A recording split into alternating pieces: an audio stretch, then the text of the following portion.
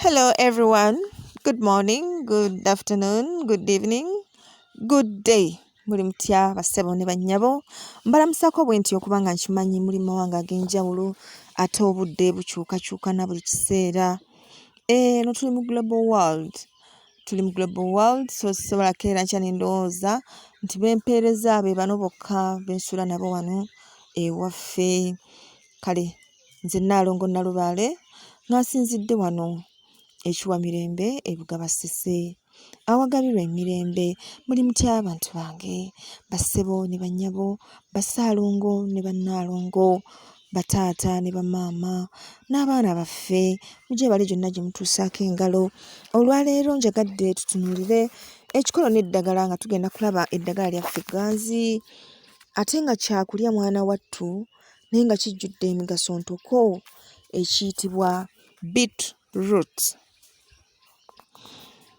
Mwebale ku subscribinga, mwebale ku sharinga, mwebale ku likinga. Ekigalo ekyo kitunudde waggulu ekyo mwino kikoonako waggulu, kitunule waggulu. Munyiga akadde ako obeere nga tojja kusubwa, buli kenteekayo koofuna, buli kenteekayo koofuna. Mwebale obuwagizi bwammwe, mwebale data bannange abali South Africa batumirako, abali Turkey, abali mu Canada, Vancouver aziranaye mu ntambu z'amawanga, abali Sweden, abali mwenna Sri Lanka, kale ate oyo we Sri Lanka yansobera. Bannange mwebale kuwatanya, nkimanyi temuliyo nti lwakuba mwagala naye embeera. Kale kyonna kye kiri, nze wendi okubajjukiza ewaka gye tuli balamu, era gye ndi okubaweereza tekigaana, gwe kyonna kye kiri, gwe beera ku mukutu. N'essimu zange zibeerako awo, buli kimu kijja kubeera bulungi. Kale, beetroot. Mineral eziri mu beetroot tuyina magnesium, tuyina phosphorus, sodium, potassium, calcium, and tuyinamu traces za copper, selenium, zinc, iron ne manganese. So mwe abali mu nutrition mumanyi kye kitegeeza. Zino zonna minerals za mugaso nnyo eri omubiri. Beetroot ayina amino acids. Beetroot era nga zino mulimu D amino acids, alpha amino acids. Ezo ziyamba nnyo okuzimba proteins omubiri gwe zikozesa. Tuyina antioxidants eziri mu beetroot nga zino mulimu flavonoids, carotenoids. Kale zino zo zanguwa nnyo okusaanyaawo free radicals ezitambula mu mubiri ezireetera omuntu okuwanguwa okukaddiwa. N'omusanga mwana muto myaka 22 naye ng'alinga owaana. Ezo free radicals ezo kwegamba zibeera mu mubiri omwo, it is excess oxygen atambula mu mubiri omwo n'agenda ng'abeera deposited n'aleetera omubiri okuba nga gutalagga nga omanyi iron bwakola. Kati ne kiba nga omubiri gutandika okukaddiwa ne gufuna olukanyanyakanyanya olwo. Tuyina vitamins era zino vitamins tuyina vitamin A, B1, B2, B3, C ne folic acid ne B9 mwali. Then tuyina other ingredients omuli that deep color ezaalibwa beta-cyanine, era eyo deep color eyo it is an anti-cancer agent ku colon cancer. Silica era naye mwali atuyamba okuba nga tukozesa bulungi calcium mu mubiri, era nga ono aleetera okuba nga amagumba gabeera malamu, enviiri ziguma, skin eba nsuffu. Kale ekibala kino kya mugaso munene, era bwe tuba tutunuulira emigaso gyakyo, abalina blood pressure eya wansi, low blood pressure,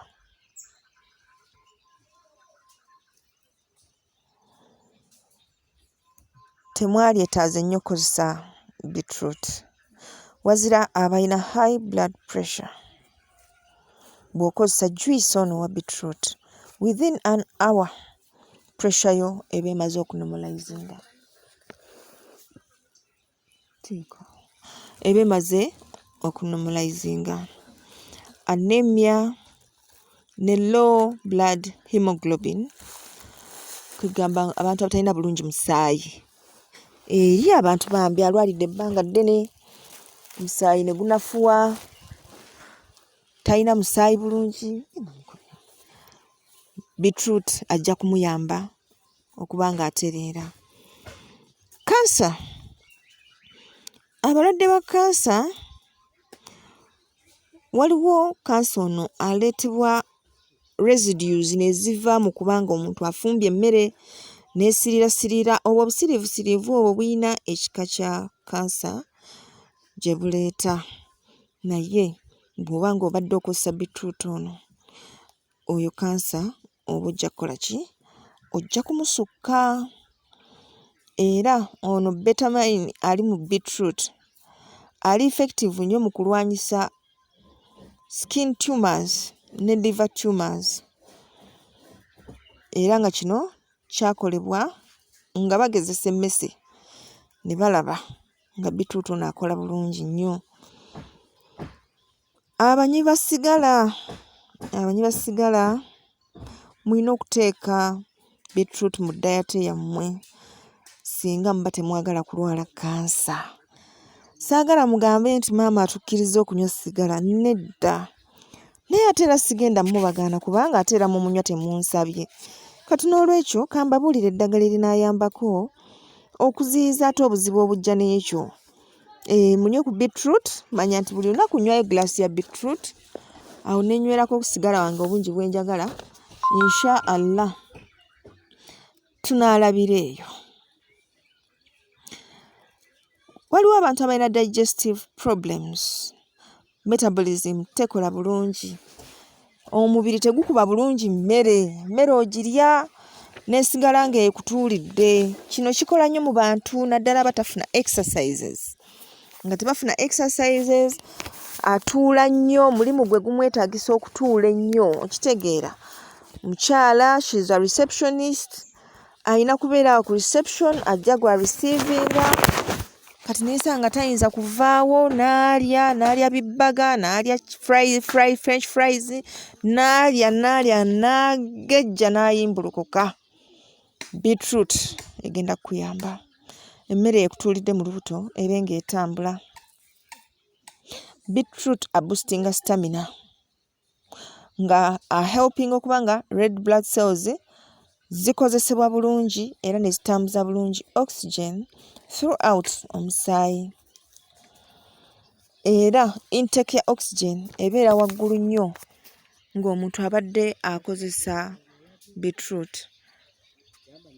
Kyenjagala, kale omubiri gyaffe gino giyina ebintu bingi bye gikola. Osobola okussa n'olaba ng'ossa naye ng'omubiri teguyingiza oxygen kyetaagisa. Kiringa ogamba nti omuntu alya emmere naye ng'omubiri tegukozesa mmere eyo nga mu ngeri yeetaagisa. Kale kino kyonna kiva ku birungo eby'enjawulo kubanga bibula mu mubiri. So tugambye nti okuboostinga stamina weetaaga okuba nga omubiri gukozesa bulungi oxygen amala, ate okufuna bulungi oxygen amala, red blood cells zirina kuba nga zirinamu nnyo. So beetroot akola bulungi ku mulimu guno. Owulidde? Waliwo abantu abalina glandular fever, beetroot ajja kubayamba. Abantu abali obese and overweight, mukozese beetroot ajja kuyamba nnyo. Detoxifying the liver, okujja obutwa mu kibumba. Ekibumba kino kye kisengejja ebintu bye tulya, minerals ez'enjawulo na buli kimu, era kye kikola n'omusaayi. Naye kituuka ekiseera nakyo ne kiremererwa olw'ebintu ebingi bye tuteekamu. So beetroot by'ebimu ku bintu ate ebirongoosa ekibumba. By'ebimu ku bintu ebirongoosa ekibumba mu ngeri ey'obwangu ddala ne kiba nga kisobola okusigala nga kiri functional. Jjukira ekibumba bwe kibeera ekiramu, kidini ebeera nnamu, bladder ebeera ekola bulungi n'omutima. Kale overall wealth yo ebeera nnungi. Skin, beetroot ekola bulungi nnyo skin era n'egiyamba okuba nga te-aginga mangu. Boosting immunity, beetroot nnungi nnyo mu kuboostinga immunity yaffe ng'abantu. Bw'obeera awo n'otandika okulya ng'olwalirira ebitategeerekeka, kosa ku beetroot. Tolinda ate bulwadde kuteeka wansi. Kati gwe maama gwe taata, kati ate obulwadde bukuteeke wansi tugenda kukola tutya? Tulina okusigala nga tukola, owulidde? Gwe taata gwe boosi, kati ate bw'onoolwala tunaakola tutya? Obukadde buno bwe tukaddiwa buva ku inflammation y'omubiri. Omubiri guddaawo ne gwekolakola ebintu ne gulungulalungula. Kale beetroot esobola okutuyamba ku nsonga eyo. Quality y'enviiri yaffe ne thickness esobola okuincreasinga singa tutandika okuba nga tukozesa beetroot. Era tusobola okuba nga twewala ebintu nga dandruff, situka, tuyita situka, dandruff, n'okukuuka kw'enviiri. Kale ne tuba nga tufuna ennungi enviiri ensuffu nga tukozesa beetroot. Brain function and age neurological problems. Bwe tugenda tukula tutuuka ekiseera ntandika okwerabiralabira, okuwungulawunga, okwebakabaka, naye bw'oba nga okozesa beetroot ogenda kuba mulamu bulungi nnyo. Radiation protection, tutambulira mu radiations nnyingi mu nsi muno. Mwe mulinagana amasimu ge tukozesa, bintu bingi, plastics, biki ebyo byonna birina radiation gwe bireeta. Radiation oyo gye biggweera nga alowooza kutulwaza cancer. So beetroot ono asobola okutuprotectinga from radiation poisoning mu mubiri gwaffe. Kale omuntu ayina problems with kidney oba gallbladder nga tonnakozesa beetroot, kirungi n'osooka oyogerako n'omusawo wo. Obuzibu obuli ku beetroot si bunene nnyo, just nti bw'oba omukozesa kyangu okugamba nti omusulo gwo gutaaninga red olwa deep kale eyo gy'alina ereetera okuba nga wenna osobola okuba nga ofulumya that color. Otherwise talina buzibu, mulungi era mulina okumwettanira. Kale mwebale nnyo okubeera mu class, kansubire nti mugenda gulayo ku beetroot oyo. Munywenyweko awo, manye nti wiiki eno kanyweyo ku beetroot. Kibala kirungi, bwe kiba kikula kibala mu ttaka nga bw'olaba akatungulu. Kirimu kala, yo kala mpitirivu. So osobola omuteeka mu blender, osobola okumugratinga gwe nga talina blender. N'oba nga anyhow ofuna juice we. Osobola n'okumulya obuli ng'ekibala. Abalala bamukaza ne bamufunamu powder. Kale asigala akola kyekimu, talina nnyo buzibu. Kitatera mutuusibwako kwe kumufumba. Ebikola bya beetroot nabyo babirya bannaffe ab'amawanga agamu. Naffe tulina okuyiga okulya kubanga tuyana ne twerondalonda. Mu kwerondalonda okwo ne tubaako ebintu bye tutalya ate ne biba nga biggulira endwadde ezimu okuba nga zitulumba. Ne baleka batandika ozitutuuma nti obwo obulwadde buluma abantu ab'ekika bwe kiti.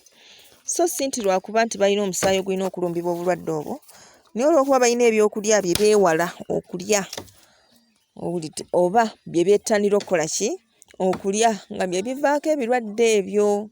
Kansubire nti ekyo mukitegedde bulungi era mujja kikuuma. Kale mwongere okusubscribinga, musharinge, mulikinga omukutu. Ekintu kino tukitwale mu maaso era tukikole tukituukirize bulungi ekyokubeera abalamu era abawangaazi nga Katonda ye mubeezi waffe akuume atakuumira mpeera.